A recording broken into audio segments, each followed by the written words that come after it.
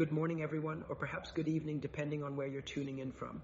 This is Alvin here, your voice from Green Ground, weaving through the tapestry of today's world with a touch of elegance and a lot of curiosity. As we slip into this crisp Friday, let's take a moment to reflect on the stories that are rippling across our global stage, those threads of conflict, innovation, tragedy, and resolve that remind us just how interconnected we all are. Pull up a chair, maybe pour yourself that first coffee of the day, and let's dive in together, shall we?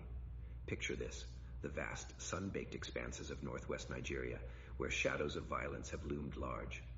Just yesterday, on Christmas Day of all days, U.S. forces unleashed a series of airstrikes against Islamic State militants. At the direction of President Trump himself, these were no ordinary operations.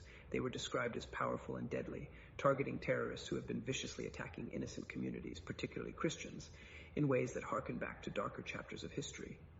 Trump shared it directly on social media, emphasizing that this was at the request of Nigerian authorities, a swift response to protect lives amid escalating threats. It's a stark reminder of how quickly the winds of geopolitics can shift, even during what should be a season of peace. One can't help but ponder the delicate balance between decisive action and the hope for lasting stability in regions torn by such extremism. Shifting our gaze eastward to the Korean Peninsula, where tensions simmer like a pot, always on the verge of boiling over. North Korea's state media has unveiled images of what appears to be a largely completed hull for their first nuclear-powered submarine, a bold stride in underwater technology that has regional powers on edge. Leader Kim Jong-un didn't mince words, criticizing South Korea's own submarine efforts while showcasing this vessel as a symbol of national might. It's the kind of development that sends ripples through diplomatic waters, heightening concerns about proliferation and the fragile peace in Northeast Asia. Imagine the strategic chessboard there. Every advancement like this redraws the lines, forcing neighbors to reassess their own defenses. One wonders if this is brinkmanship or a genuine push toward self-reliance, but either way, it's a story that demands our attention. And speaking of defenses, let's turn to Japan, where the cabinet has just greenlit a record-breaking defense budget topping 9 trillion yen. This isn't just numbers on a page. It's a profound statement aimed at fortifying the nation against rising pressures, particularly from China. In a world where alliances are tested and seas grow more contested, Japan's move underscores a broader trend, nations investing heavily in their shields to safeguard sovereignty. It's elegant in its pragmatism, a quiet resolve, wrapped in fiscal commitment, and it invites us to think about how economic might fuels military readiness. But amid these grand maneuvers, tragedy strikes in the most human ways. In Mexico, a bus crash on Christmas Eve has left a heavy shadow. At least 10 lives lost and 32 others injured in what must have been a harrowing moment on the road. Families gathered for celebration, only to face unimaginable loss. Our hearts go out to those affected, a poignant reminder of life's fragility and the need for safer journeys for all. Then, across the Atlantic to Turkey, where a plane crash has claimed 8 lives, including Libya's top military official. The black box is now under analysis, and the Prime Minister has confirmed the heartbreaking details. It's one of those events that freezes you, a routine flight turning catastrophic, pulling high-profile figures into its grip and sparking investigations that could reveal so much more. Nor can we overlook the ongoing shadows in Eastern Europe.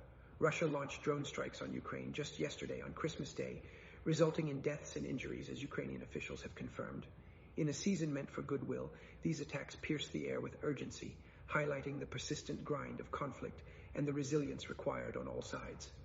Venturing further, a mass shooting in South Africa has shattered communities, claiming 9 lives in a senseless act that leaves us grappling with questions of safety and societal healing. And in West Africa, nations are banding together, planning joint operations against extremists, a collaborative spark of hope amid the storm.